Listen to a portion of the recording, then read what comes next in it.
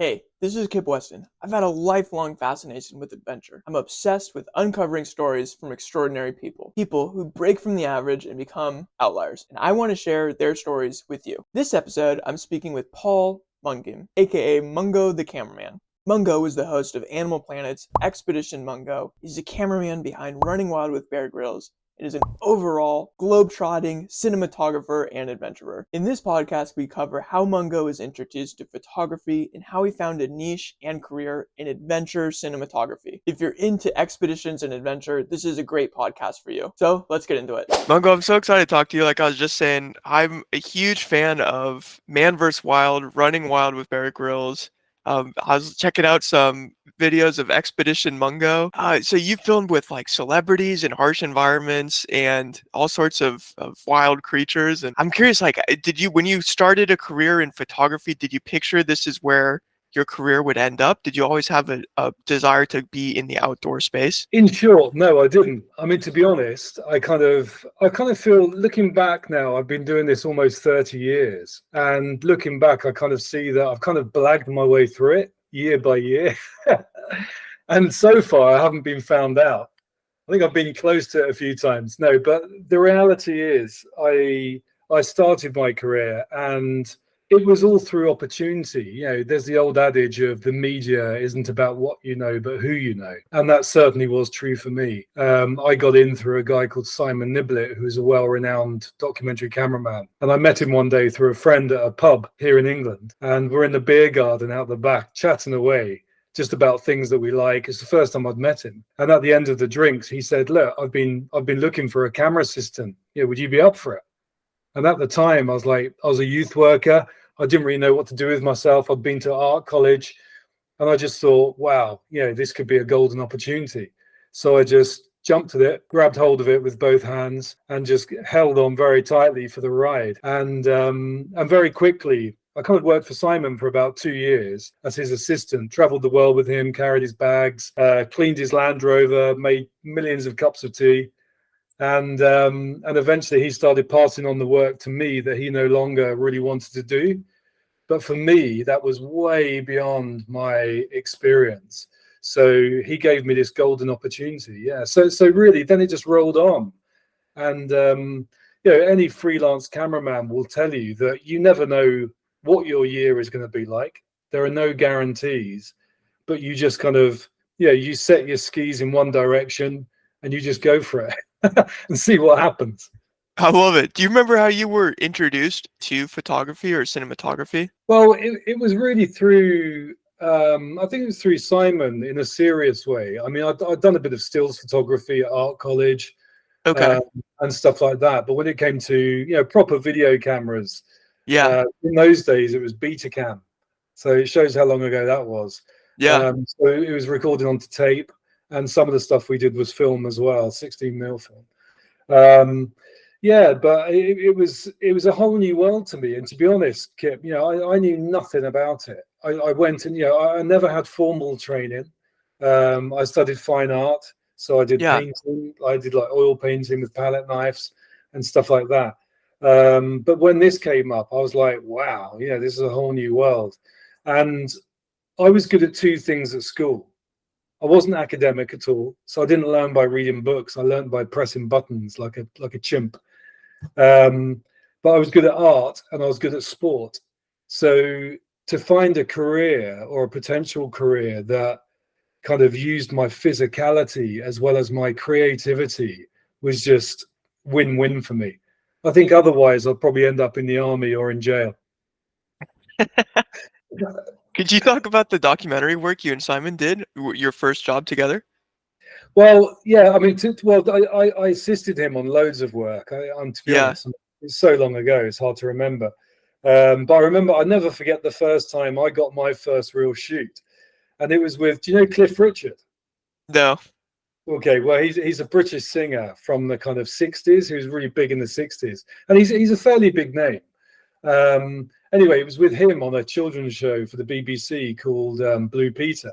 Anyway, so Simon got the call and he was like, no, it's way below his kind of area of work in that time. So he said, well, Mungo, why didn't you go and do it? I'll pass your name on. And I was like, okay, great, yeah, I'll do it. So I remember taking a camera out, and we're in a park in London, in like a kind of recreational park. And so I set the camera up, and I remember pointing and shooting, and I was setting up the white balance, and I looked at it, and it said something like 8,000 Kelvin, and I was like, "What's that mean?" I had no idea what it meant because I didn't know what I was doing. So I said to the director, I said, "Look, I'm just going to go and pop into the bushes for a week." And so I popped into the bushes and I rang Simon. And I said, Simon, I'm just taking a white balance. It's 8,000 Kelvin. What does this mean? And he just laughed and put the phone down. So he kind of taught me through baptism of fire. I like to think that if it would have been totally wrong, that he would have said something. But knowing Simon, I'm not convinced he would. Definitely sounds like drinking through the fire hose type of learning curve.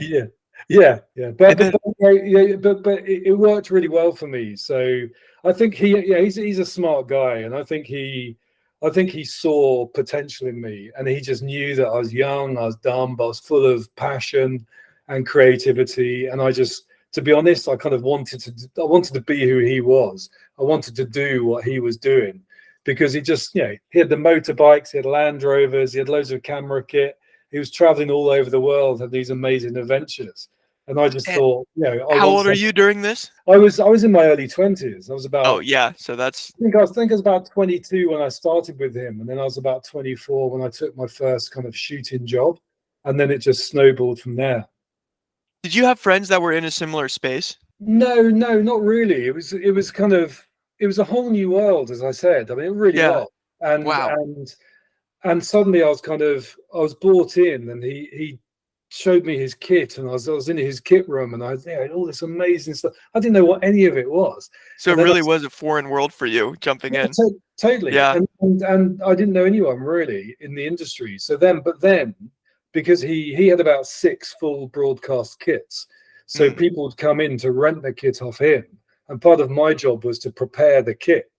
And so I had to kind of polish lenses, get the lenses out, get all the audio kits sorted out, put it all into specific boxes, and then meet the cameramen who are going off to do it, the camera operators or the sound recordists. And that's kind of how my career grew, and my network grew. do you remember how long it took you to feel like, okay, I'm good at my job now. I know what I'm doing. I'm not convinced I still know that kit. I mean, I think to be honest, I think it's healthy to kind of doubt yourself a bit. I think it Yeah. always keeps you on the edge. I mean, I'm not kidding you. Every day when I go to work, even after 30 years, I still learn. Literally. And I'm not kidding. I'm not just saying that as some twee thing to say. I think it's absolutely true. And as you can imagine, as you all know, cameras are changing almost daily. Something new's coming out, a new bit of software or a new bit of firmware or new lenses, new cameras altogether for different kind of requirements or Right. different specifications. And I'm 53 now, and as I said, I started when cameras were very, very mechanical. You could open them up and fix them or service them yourself pretty much. Whereas now a camera is a computer with a bit of glass, shoved on the end. Right. And I've never been a kind of, I'm okay with my computer, obviously to a degree, but I'm not a computer whiz. So I have to learn. I have to keep learning. And then I think the day when you think I've really made it is the day when you should probably stop. Yeah, that must be a sense of humility and hunger that you maintain throughout your apprenticeship with Simon, in a sense of like, okay, there's always things I can learn, and I love that attitude. Yeah, oh, for sure. I mean, look, as I just said, I knew nothing. Yeah. I literally was a blank page. And I remember actually the first day when I went to work for him, he said to me, "Look, Mungo, come in on Monday, and I've got to go through all the kit with you, because on the following Tuesday I'm leaving for a trip with David Attenborough in Uganda." And I was like, "Okay." So I literally had one day to kind of learn everything. It was ridiculous. I mean, it was more risk for him than it was for me, because he was leaving me in charge.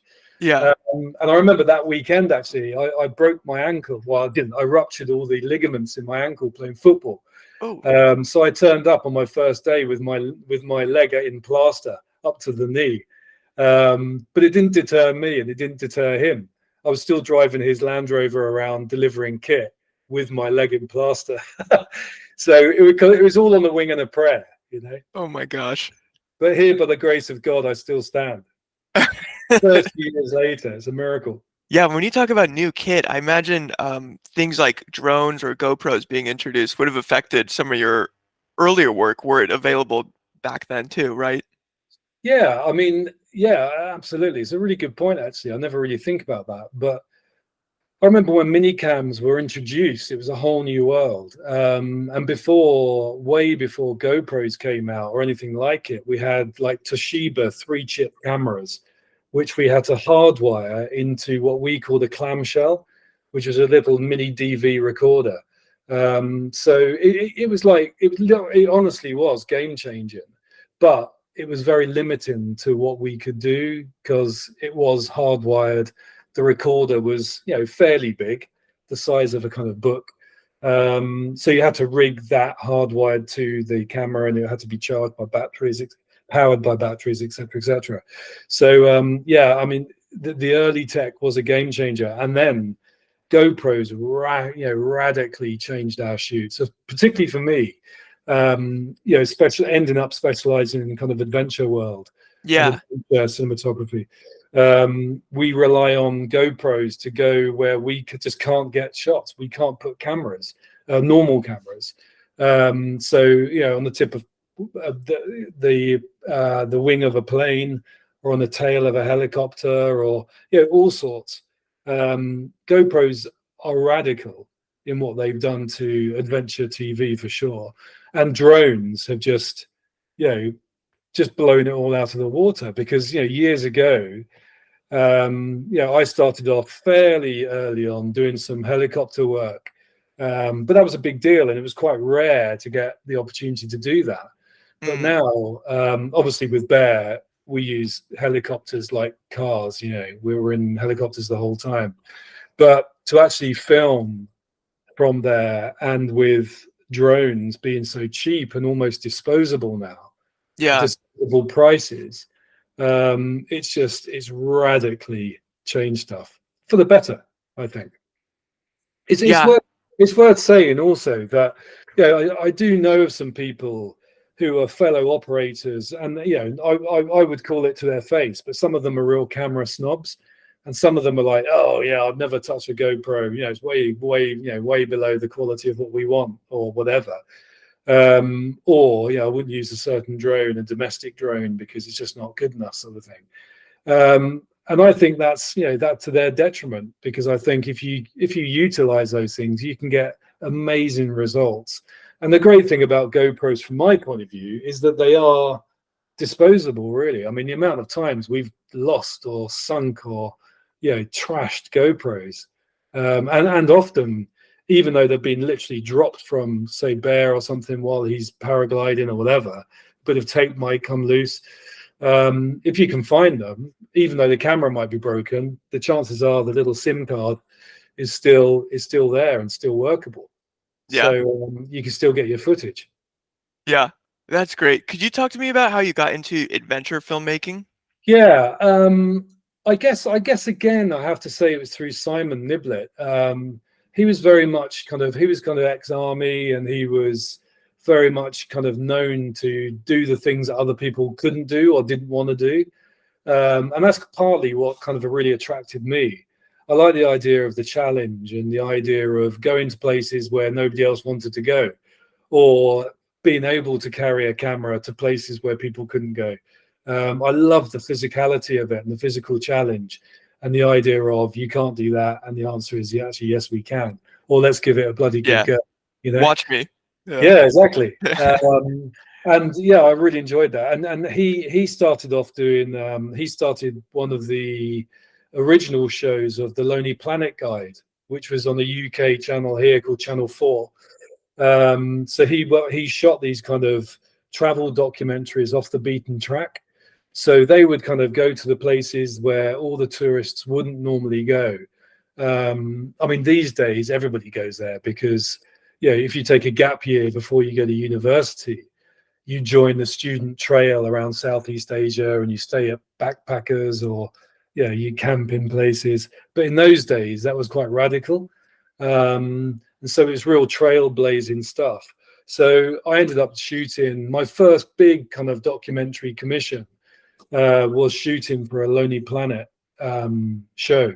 So it's a travel documentary, 1 hour long, and it was in Cambodia. And I was so green, Kip, that when I got asked if I'd do it, I said, "Oh yeah, I'd love to go to Cambodia because I've never been to Africa before." And if you don't know, Cambodia is not in Africa. So it's a miracle I got the job, actually, but I did I'm get it. surprised they didn't go. Oh. Exactly. Well, fortunately, it was face to face, so I managed to talk my way out of it. But it was great, and and really doing those kind of off the beaten track, adventurous, because they truly were adventurous.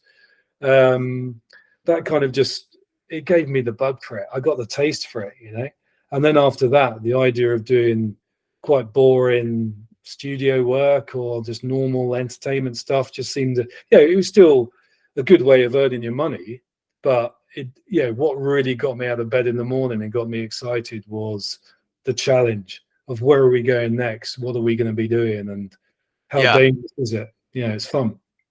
What's that adage where it's like 90% preparation, 10% execution? Yeah. I imagine in your line of work that holds true, where if you're filming in these crazy environments, you have to be technically prepared for all sorts of chaos to affect your filming. Yeah, technically and personally, in every way, you have to be fully prepared, because when you're in the middle of nowhere, you can't. Well, you do. We take sat phones in, but if you're in the middle of nowhere, you've got to survive. So it's not only filming and working hard, but it's also surviving. It's about eating at night, doing your camp admin, making sure your clothes are dry in the morning, if they can be, keeping yourself healthy, keeping yourself hydrated, and sleeping often, out and about. Sometimes you just literally lay down where you are, create a little nest and go to bed. It's like full on. Yeah. So preparation is everything. And the way we've always kind of taught ourselves, or we've been taught through doing various courses like hostile environment courses or remote medicine courses, is to always think of the question, what if? What if this happened? I mean, it can be about your camera kit. What if your lens goes down because of moisture? What if your batteries die too quickly because it's too cold? What happens if this happens or that happens? But also, what happens if one of your team breaks your leg? How are you going to get them out of there? How are you going to get them help? What happens if you get kidnapped? Anything could happen, and you've got to be as prepared as you can be, or at least be clued up to have something in place to kind of start the process of making the solution. Yeah. So absolutely. I mean, if you go to places unprepared and you get into trouble, you've got no one to blame but yourself. Yeah, and I just think on top of it, the like you said, having to do camera logistics on top of that would be extremely challenging. Do Yeah. they send you guys to stuntman school, or is there rope work you guys do? I mean, some of these shots you're rappelling and dangling and all sorts of wild things. We have. I mean, I've never actually kind of officially learned the stuff, but as in certified way. But we have team who are with us. Yeah. So we have a safety team who are there to look after us. Because obviously, if you can imagine, if I'm standing on the on the edge of a precipice, which I am quite often, and I'm thinking about the shot, I'm probably more likely to be thinking about the shot than where my feet are. So, and that's what I'm kind of paid for. I'm paid to, film and make the TV show. Yeah. So what we have people who are really highly trained and very highly certified, who will look after me and the crew. Often, especially in bear stuff, they're ex-special forces guys, which I particularly love, because it means that they will say to us, "What do you want to do?"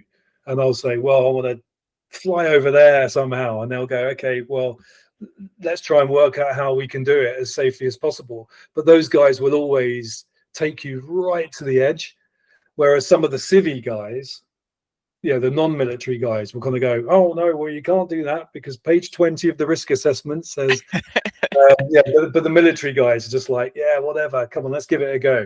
And I do regularly trust them with my life rather. It it translates as a viewer. Whenever I watch those shows, it really does. You do feel like it captures a sense of adventure that you don't find in other TV shows. Yeah, for sure. And I think that's the beauty of what we developed. I mean, I know you spoke to Simon Ray, didn't you? Yeah. And Simon was one of the great, the kind of trailblazers of that adventure TV. I mean, he really developed Man vs. Wild, and everything they did there was crazy, really crazy, but amazing and made for groundbreaking television. And that's definitely what put Bear on the map. It wasn't only him drinking piss or living in a camel, sleeping in a camel. It was also, the camera work and the way that the team were totally immersed. And Simon developed this thing, probably with the directors as well, of saying, okay, well, let's never go in front of Bear. Let's always follow him. So you get a sense of that he's taken us with him. So it's not like a TV show. It's more like an actual journey. And that's something that I adopted from Simon later on when we came to Running Wild. So much of what he developed we took on, but he did an amazing job. And the adventure, if we're having a great time, this is what Bear always says, if the crew are having a great time and a great adventure, it will translate, because everyone's happy, everybody's up for it, you just go for it. And the harder it gets, the more we love it, to be honest. Correct me if this understanding isn't correct, but to me, the biggest difference between Running Wild with Bear Grylls and Man vs. Wild is you go from 2 stars to 3 stars. And in Man vs. Wild, I thought the camera work and the narrative highlighted the scenery and Bear. And those were kind of the stars of the episode. And then in Running Wild, I have the celebrity guest, Bear, and still you have to capture how beautiful that scenery they're in is, you're right, as a third character. Yeah, you're right, and it is a different show. We were very conscious of that, and we had to make adjustments, and we had to think about how we're going to get the coverage. I mean, some of these most of the celebrities have never done anything like it before, ever. So they are total fish out of water. And then you referenced the first one with Will Ferrell earlier. And that was a real, a kind of test flight to see how it would go and could it work and what would it be like. And I remember that was the first celebrity merging of outdoor TV I remember, really. I guess so. Yeah, for adventure it was, and certainly for adventure like that. Yeah, at least in Bear Grylls' world. Exactly. Exactly. So I mean that was a lot of fun. But I remember Will turned up and he was jet lagged for a start. So he'd flown in from LA or wherever he was in the States, and we were in northern Sweden. And he flew in. He was just like, those jet lagged eyes. I remember Bear brought him into this kind of hotel boardroom where we were going to start off from, and all our kit was, and we're doing all our preparation before we went out. And he introduced the whole team by name. And Will was just like, trying to take it in, but clearly a bit kind of, wow, what have I let myself in for? But he just threw himself into it with, both feet, just jumped straight in. And it was hilarious. And we worked very hard to cover it. I mean, I remember the conditions were tough. We were up to our nuts in snow, fresh snow. So we were trying to traipse, and we actually covered a lot of ground. We literally went from one kind of couloir on one side of the valley all the way across to another side, to another mountain range. And it was exhausting, but we had a lot of laughs along the way, and we learned a lot about how we could potentially cut it down to become more streamlined should it be successful. And then little did we know that, I mean, they're talking about doing another season this year, starting another season, which will be season 9. So that's 9 years. Yeah. And little did we know when we did that in Sweden all those years back, but 10 years ago now, that that could be a kind of ongoing thing and create a massive kind of amount of work for us all. How did you get connected with Bear's team for that episode? Well, it's interesting. I had a bit of a pause. So I met Bear on his first ever thing that he did on TV. So when he was doing his private adventures, he crossed the I think it was the Bering Strait up on the northern coast, and he did Everest and stuff like that. So he was like a full-time adventurer, having left the military and having broken his back, as you probably know the story. But then somebody approached him, a production company called Diverse, and they said, "Well, look, would you fancy doing something on TV? Because we think you'd be great, and we think there could be a market for it because there's not a lot on adventure, and we think it could be it could be ripe for the picking." So he kind of begrudgingly said, "Oh yeah, okay, well, I'll give it a go." And then I met him in the Sahara Desert on that shoot, and it was called Escape to the Legion. And it was for Channel 4 in the UK, and it was I where saw that. It's awesome. It's uh, intense though. It didn't look like easy TV. oh, it wasn't. It was really really hard. Yeah. We all got sick. It was full on. It was in the Sahara. We had so many things kind of go wrong. It's We a had, really cool show. Could you do a quick like elevator pitch on what that show was? yeah. So basically, Bear was taking 9 other members of the public who fancied their chances at going through the basic training for the French Foreign Legion. And if you don't know the French Foreign Legion, they're kind of, certainly in those days and before, they were this real kind of maverick bunch of misfits. A lot of them were kind of criminals who were running away.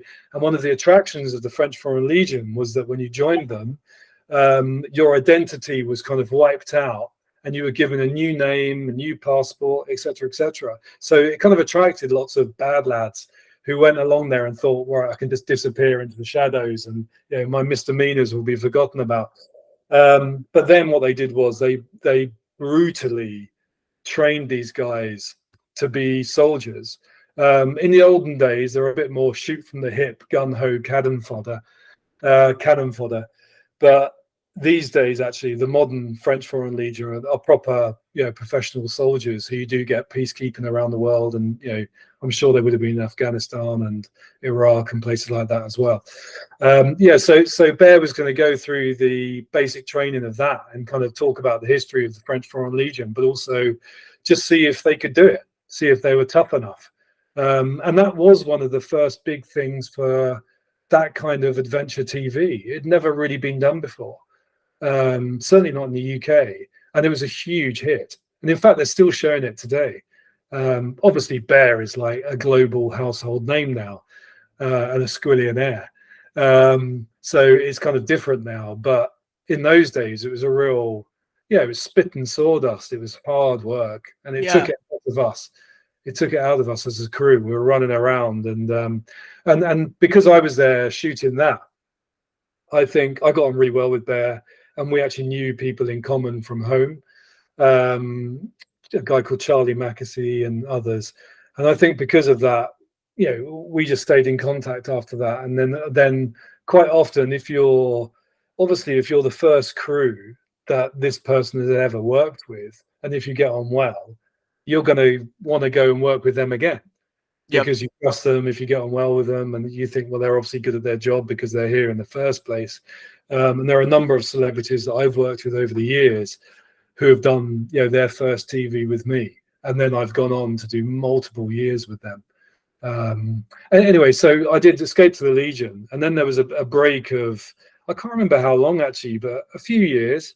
And then the reason I got to shoot the Will Ferrell, the Man versus Wild, kind of with a guest sort of thing, the first one of those was because there was another cameraman called Four L's. He's called Robert Llewellyn, and because his surname was Llewellyn, he had 4 L's in his name, so his nickname is 4 L's. Anyway, so 4 L's was on the shoot before doing the Man versus Wild, and he was rappelling down a nice waterfall, and he banged and broke his ankle. Anyway, being super tough as he is, he walked out of the valley with a broken ankle, and but then obviously he couldn't stay on and do the shoot, so they had to call somebody, and Bear and some of the other team who were there said, call Mungo, he'll be up for it. And at the time, I was single, had no family, considered myself disposable. So I was driving through London, I remember, in my Land Rover, and I got a phone call saying, is there any chance you could come to Sweden tomorrow into the Arctic Circle to shoot this thing with Bear and Will Ferrell? And I was like, yeah, fine. Yeah, what time? How soon do you want me? And they said, well, there's a plane that's going at 9 o'clock. And this was about 1 o'clock in the afternoon. So I literally swung my car around, went back to my flat in London and just went, right. And I stood there, and I remember having my bag open. I thought, I've never been to the Arctic. What do I pack? So I just threw in everything I had and just thought, obviously, warm stuff. And I had a bit of nous about what to do. Obviously, we know cold weather over here as well. What a unique career you're in. Yeah, I know. I can't imagine a phone call like that. Hey, can you? Yeah, and then before I knew it, I was on a private jet. Well, I was on a main jet out to Sweden, a main airline flight, and then I got taken to a private jet to fly me up, which the insurance company paid for, obviously, to get me there because it was so remote where we were. And then that was that. I was on the ride, and because I did that one, then I kind of became the go-to of, as Simon was for Man vs. Wild. They just said, well, let's use Mungo again. Yeah. So it was brilliant. Do you have any funny behind-the-scenes stories you could share for that Will Ferrell episode? I just loved the part where he's tackling Bear or stealing the Twinkie. Like, does he not budge you and be like, hey, this will be pretty funny? Make sure you get this. No, not at all. I mean, the way we run it is that they pretty much ignore us unless they don't ignore us. That's wrong. We try and get them to ignore us a bit, unless we're putting them aside for an interview catch up on what's going on. Most of the time, we call it actuality. So it's just happening, and we're just covering it from different angles. And there'd be 2 cameramen on that. And now there'd be a shooting assistant as well. So there'd be 3 cameras on it. But I mean, behind the scenes, to be honest, everything funny that happened was obviously used in the show. Yeah. But I mean, I'll never forget the one bit that really made me laugh was that Will really needs to go for a pee, and we're quite used to just peeing all over the place and in front of each other because we're in the middle of nowhere. There are no toilets, so you just pee in the wild, right? But I remember Will was a bit more kind of, should I kind of try and find somewhere to hide behind or whatever, and he disappeared. He just stood about 10 feet away, and bearing in mind we're on like this kind of billiard table of white snow, so there was nowhere to hide or to go to kind of be private. And he just stood there for ages, and there was no sound of yellow snow. And then he kind of said something like, "I think I've lost my penis." It's so cold, yeah. But Will was a laugh a minute, and what a lovely guy. But the bit that tickled me the most, actually, I've just remembered it, was when they get exfilled out of, so they've made the fire and the helicopter comes in. In fact, we had 2 helicopters, and so the first one came in and they clipped them. So Bear gets onto the rope ladder that came down, and then Will comes up and he clips himself on. And then as they flew off, I was in the other helicopter doing air to air, and I was filming, and I could hear them because we have a thing called an in-ear monitor, so I could hear him through the audio. And I get to hear Will go, "Mummy, mummy," like that as he got lifted up. But then he started to swing, like literally like 360 degrees around on this. I still can't work out how it happened. So he kind of went upside down on this rope ladder as he was being underslung out of the valley. It was just the most bizarre thing. And I remember just physically crying with laughter. I couldn't breathe because I was laughing so hard. It was great. Oh, that's so funny. Yeah, I remember laughing at the same things. Yeah, it was a good episode. That it was really good fun. And since then we've had countless other episodes, because after that, a lot of the A-listers were like, "Well, I want to have a go. Yeah, that sounds like a great kind of weekend away or a couple of days away to go and have an adventure." And that's what happens. They turn up. They're not allowed to go with anybody, just themselves. They have to leave their entourage behind. They literally turn up. They don't have a phone. They don't have anything, and they're just left in our hands. Yeah. And then we pick them up from a helicopter inevitably. 9 times out of 10, they're standing on the skid of a helicopter with no doors on it, and they're off on this adventure. And they're pretty scared half the time, but excited and nervous. But what a great buzz. Do you get starstruck meeting these people, or is it part of your job to just understand that they're normal people, and Yeah. how do you approach that? Well, I think, to be honest, Kip, I think one of the reasons why I'm still doing this job is that I'm not that starry-eyed. Yeah. I mean, any celeb, if they're honest, would admit that, we're doing the same job as they are. I mean, I'm just standing 5 feet away from them behind the camera instead of in front of it. So we're doing all the things that they are. In fact, we're doing probably 10 times harder things than they are, because we're trying to film at the same time as climbing or walking or whatever. But yeah, I mean, I've never been starry-eyed, and I just, they are just normal human beings, but they're famous, and I don't really want to be famous, because you kind of understand that I can leave a job at the end and I've got full anonymity, but they go back to the airport and they're really hassled, or they've got to try and avoid crowds, or it's a nightmare. I mean, for all the fame and for all the money, I wouldn't trade it. Mm. Yeah, it's an interesting perspective. You've seen the whole spectrum, really. Yeah. It's amazing, I mean, in my career, I often say that I've literally shot royalty to refugees, and I Yeah. have.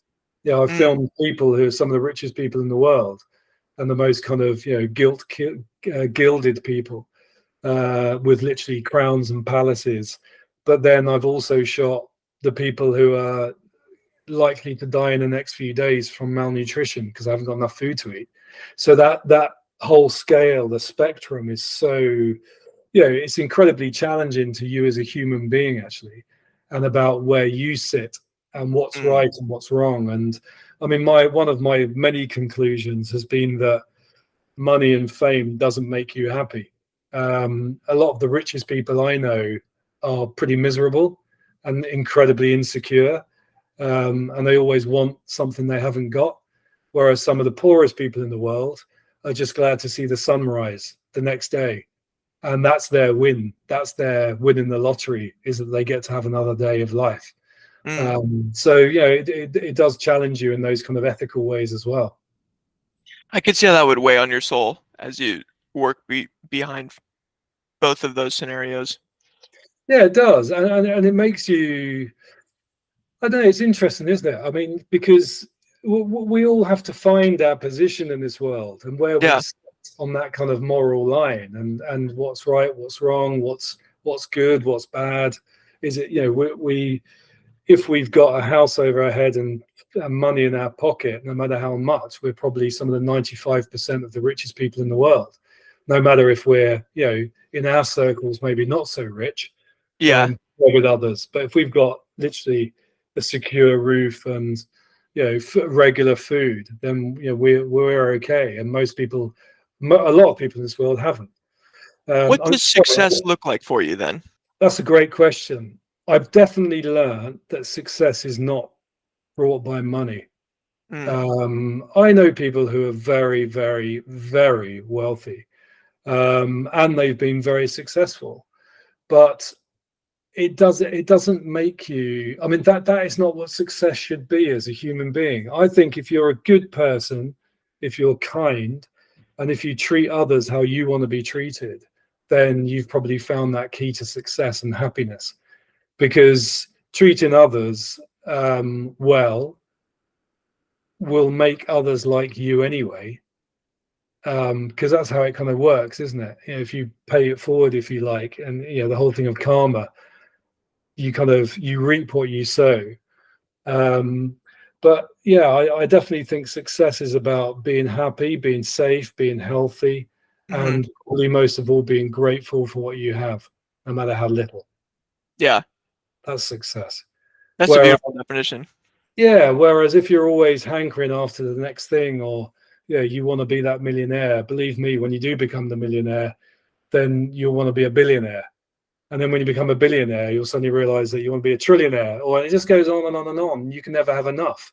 So I Yeah. think it's about realizing when is enough and what really matters in life. Do you, I mean, right now, sorry to yeah, go on no, a bit of please. a tangent, but right now, yeah, I'm 30 years into my career. I'm 53 years old, and I've got a young family. I've got two boys. I've got Herbie, who's 9. I've got Gus, who's 6, and I've got my lovely wife Helen. I won't tell you how old she is. Um, but in all honesty, my ambition for my career is kind of gone because I've kind of been there and done it. I've bought the t-shirt, and my ambition now is to spend more time with my family, is to be there for my family.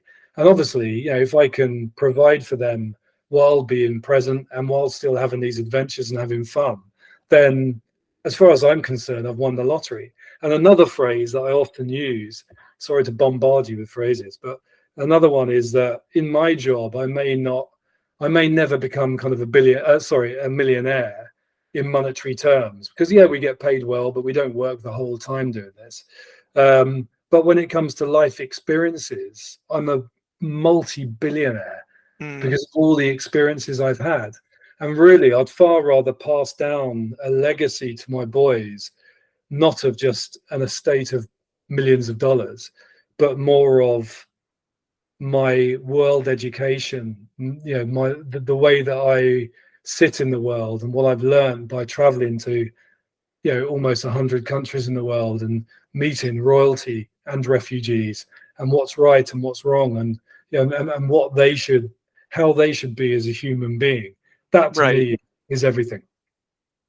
Yeah, it's like the Rudyard Kipling if walk with kings and the common Yeah, man. Keep your yeah, common that's touch. Yeah. absolutely, yeah. Got quite Has deep, didn't we? yeah, no, I like going deep like that, so I appreciate it. Then thanks for Yeah, the insights. It's great to hear those sorts of perspectives. cool. And I do think it's an interesting conversation between if ambition and gratitude are those opposite words in your mind? Like, can I be ambitious and wanting more, or does that negate being grateful for what I have now and being satisfied? Are No, those words juxtapositions at all?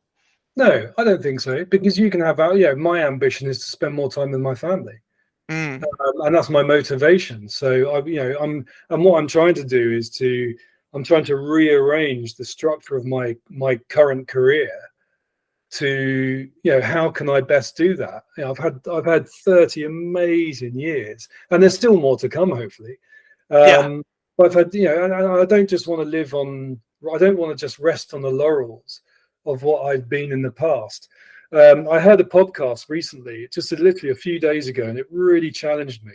And it said, um, how would you describe yourself right now in this time and place, but you cannot refer to anything in your past, not even this morning, or not even yesterday or 10 years before? So, in other words, how would I introduce myself? How would I talk about myself? But I can't say, oh, I was Bear Grylls cameraman, or I've been a adventure cameraman for 30 years and I've been to 100 countries around the world, and all that. It's quite challenging, isn't it? And I think that's where you find that, that's where we should live, is in the here and now and the today. And what I'm doing, as I said, is trying to restructure my work and my ambition so I can still bring in money in order to live a nice life with my kids and be around and be a present father. Whereas if I'm still traveling the world for weeks on end, I'm just not going to be there for them. And they need their dad. Yeah, yeah, they don't just need money, they need a moral guide, a leader, an example. And that's my ambition, to be that. yeah. And my gratitude is being able to do that with my career. I'm very fortunate. Beautiful. For your family vacations or family holidays, I guess, is it so fun for you to be able to go to somewhere tropical or another country and not have to worry about filming and logistics? You could just, Well, like you said, be with your family. yeah, well, yeah, absolutely. I mean, here's the thing. I mean, it's fortunate my wife doesn't come in on this point, because she hates the fact that I'm really bad at taking holidays. I'm really bad. Because if you can imagine, well, certainly holidays abroad, because if you can imagine, I spend most of my career overseas and often Right. in quite extreme places. And to be honest, the dream for me is just to be either at home or in the UK, just down the road at the beaches, local beaches in the UK, Sure. somewhere where I can drive rather than have to fly. Right, right. Real treat for me. Whereas she's kind of at home a bit more, and it's a bit like, she actually wants to go abroad again and, kind of live those experiences. And obviously now with the boys, we want to take them and show them the world too. But often when I get off a plane, I mean, this year I've been to India and to Costa Rica for quite long jobs. And, I'm quite happy not getting on the plane again quickly. I I understand that. just want to Yeah. have some time at home. Yeah, but in a more accurate answer to your question, yeah, I mean, to me, to go to places that I know, it's quite rare that I go to places these days where I haven't been there before to some degree. So I kind of understand the culture. I might understand a few words in the language. I might understand how the infrastructure works in that country. So it makes traveling easy because I'm a very experienced traveler because of my work. Yeah. So, but it is nice going, and it's really nice going without any cameras Yeah. or without any kit. Because quite often when we fly, we can have like up to 50 or 70 flight cases full of camera equipment. Right. So just to turn up to the airport with a rucksack and a phone and a credit card, it's a dream. Yeah, I can imagine. In terms of traveling with camera equipment and I imagine all your skills, could you talk about Expedition Mungo, where I think it's the culmination of all the skills you've developed Yeah, minus one, where now you have to learn to be in front of the camera instead of yeah, behind it? yeah. No, for sure. Yeah, it was really interesting, and it wasn't that. I mean, it's interesting because I didn't push for it; it pushed for me. So basically, a friend of mine, Seb, uh, he worked in development, and he knew that Animal Planet and Discovery were looking for a new show, and they were looking for somebody to do it, to host it. And he just said, "Look, I just think you should give it a go." And I was like, "Well, I don't know if I can. I don't know if I can be in front of the camera. I know how to be. I know how people should be in front of the camera, as in if you can be yourself 100%. Because I often help people who I'm filming to Right. kind of relax and be themselves and be authentic. And I know that if you can be 100% authentic in front of the camera, then people tend to like you because you're Mm, being genuine. Whereas if you're pretending to be somebody who you're not, the viewer can smell a rat instantly and will probably dislike you or won't trust you because of your faking it effectively. Anyway, so I said to him, well, look, I'm up for giving it a go. And obviously I thought I've got every accolade and I've done everything I've kind of wanted to do behind the camera. So why not give it a go? It'd be fresh. And I must admit, I also thought it would probably pay quite well if I did it, but also it would probably I'd probably be able to travel and not having to work so hard because somebody else would be doing all the hard work. yep. And and quite often, as you can imagine, as a cameraman, you spend your whole life filming people having great adventures. Obviously, with Bear, a lot of the adventures that he has, we're having that adventure with him because we're literally right on his shoulder, be it helicopters or climbing or whatever. But sometimes you do things you kind of thought, oh, I wish I could just do it and not having to film it. Right. And this was my opportunity. So we did a show reel, and I drove around London in my Landy, and Seb just shot me on his, much like a podcast, really, just shot me on his phone, and he just cut it together, and I just introduced who I was and who I am, and being 100% authentic. And they got back and said, look, we'd love to do a sizzle, like a test shoot with Mungo. So here's a bit of money to go and do it. So we flew out to the Amazon jungle and went and caught some big snakes, and just did me presenting, me going to find these snakes and picking them up and handling them. And it was, and just to see whether I could do it and whether they liked me doing it. And obviously it was a success. And then they commissioned 6 1-hour TV show series called Expedition Mungo, and they're still showing it today. even though it was about 7 years later, 7 years ago. So yeah, and it was great, and I really enjoyed it actually, and I would like to do more. I think the only problem was it was just such a long time away. I was away Yeah. for pretty much 3 months. At the time, Herbie was only a baby; he was kind of a toddler, and we were still waiting for Gus. So we kind of said, well, let's just, why don't you go and give it a go and see whether you like it and see if it works out. And then we can, you can either turn it down in the future or do more if you want to. But yeah, I did really enjoy it. It was fun. And I'm proud of the shows. I mean, part of the, I was acutely aware that we didn't get many we didn't solve many of the issues or of the questions in place. And if you don't know, Expedition Mungo was about retracing stories that I'd heard throughout my career of so-called kind of mystical creatures. And our job, as me and my crew, was to go to an area and kind of say, okay, so somebody died because of the pig-headed dog monster or something that these local tribesmen believe it was. So we go in there and kind of say, well, if it wasn't the pig-headed dog monster, what was it likely to have been? So it's almost like a police investigation. So then we'd go and speak to local wildlife experts. We'd go into the jungle. We'd see if we could find evidence of such things as killer snakes or crocodiles or whatever, and we'd try and piece together what actually happened to these people, to kind of not necessarily to dispel the myth of the mythological creature, but to kind of say, well, it could have been that or it could have been this.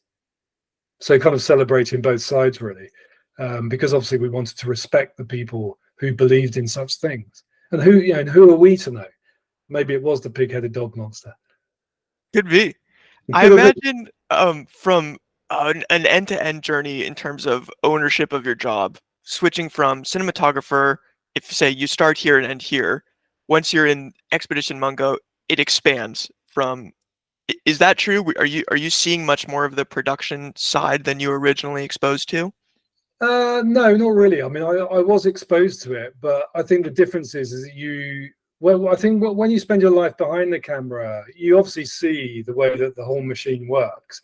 And Mm, quite often the presenters or the hosts of shows are really glorified puppets, because the people who are really pulling the strings are the directors, the producers, the exec producers, the commissioners, and they mm, kind of know what they're looking for.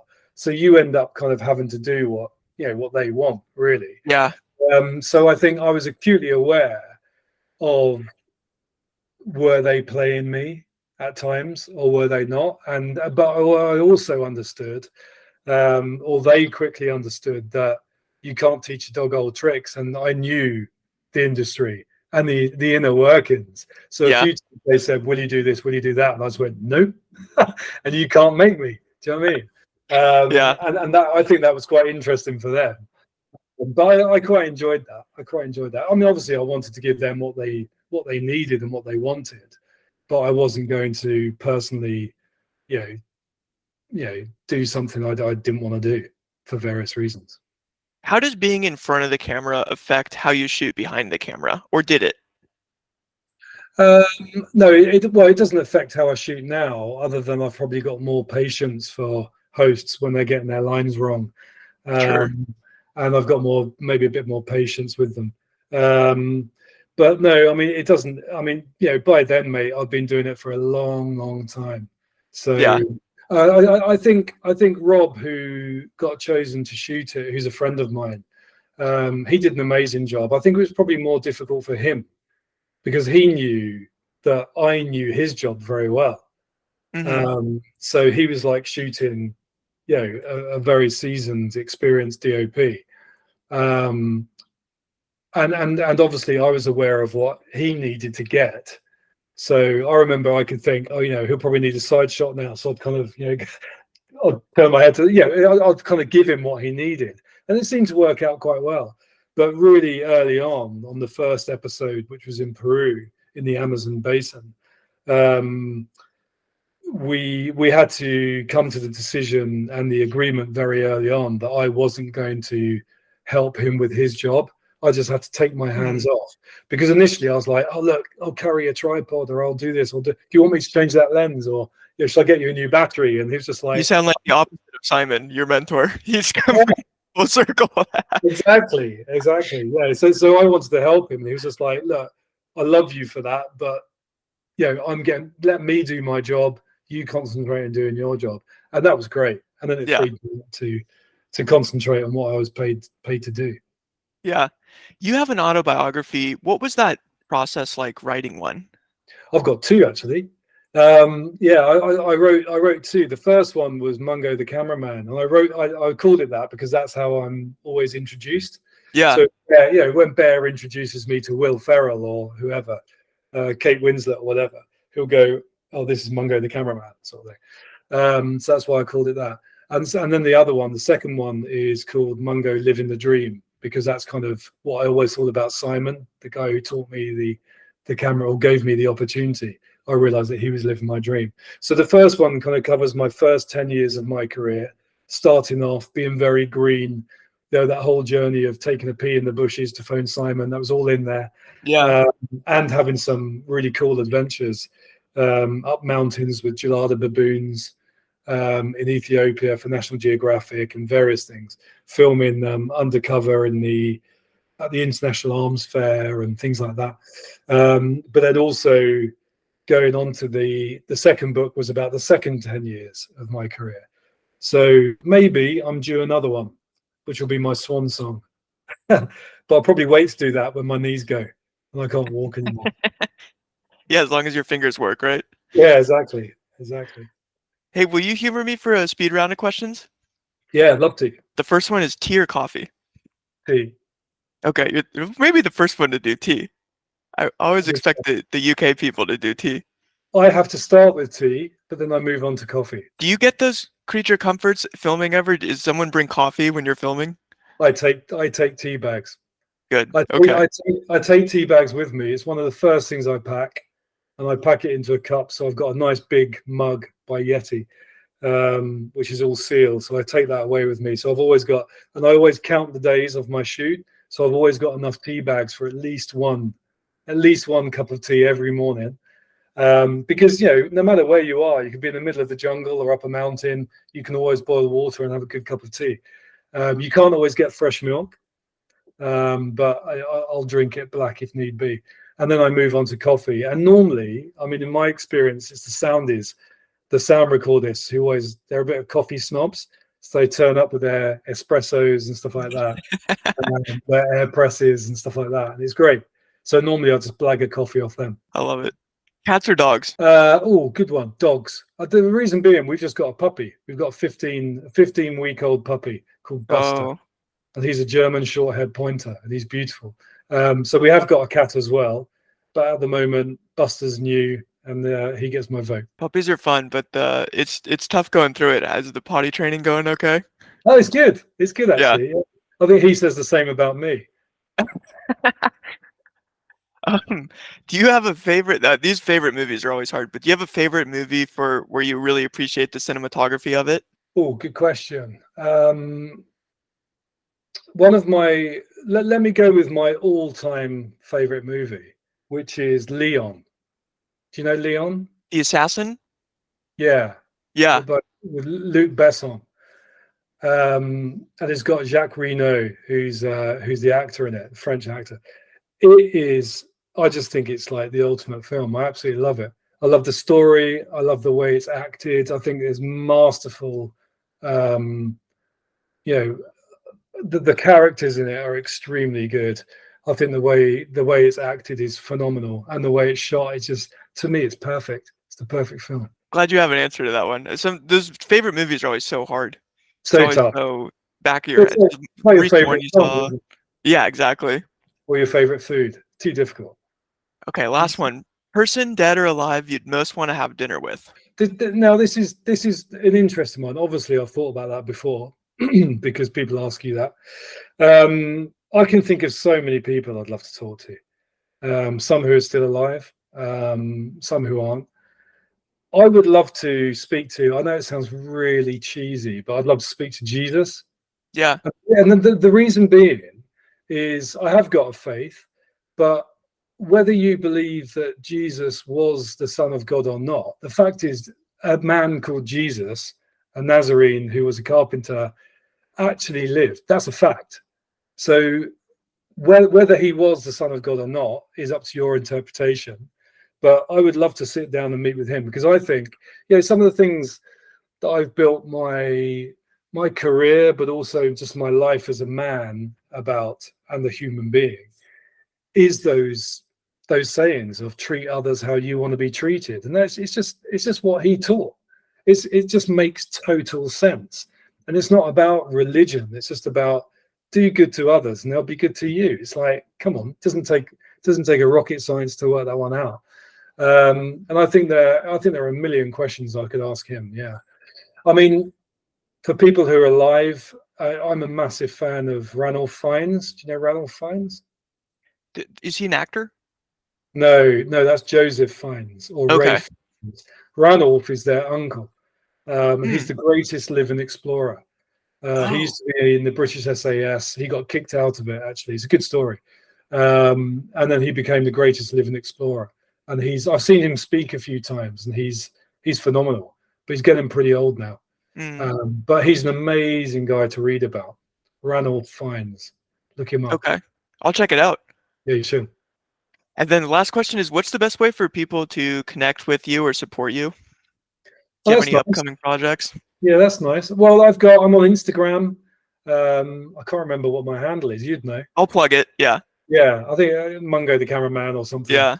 So I use Instagram a lot. That's my main thing. I used to do Facebook, don't really anymore. You can contact me through, I've got a photography website, mungophotography.com. Or mungotv.com as well is my other website. So Mungo TV is for my kind of TV stuff. Mungo Photography is for my stills photography and some of the stuff I'm trying to develop now. But yeah, I mean, look, Instagram, get in touch. I'd love to be, I love speaking to people and being with people. And what bugs me is people often think that you're unapproachable or you wouldn't be interested. But I think the reality is we're all human. And just because I've got a sometimes glamorous job and sometimes we get in front of the camera or whatever, it doesn't mean you're not a human being who likes meeting others. So, and also I love giving opportunities to others if I'm able. So yeah, by all means, get in touch. But hey, Kit, thank you so much for having me. No, thank you. This was excellent conversation. Really appreciate it. Good. That's this episode of Outliers. Thanks so much to Mungo for joining, and thank you for listening. I've linked Mungo's socials in the description below, so be sure to check them out and hit follow to stay tuned for future interviews.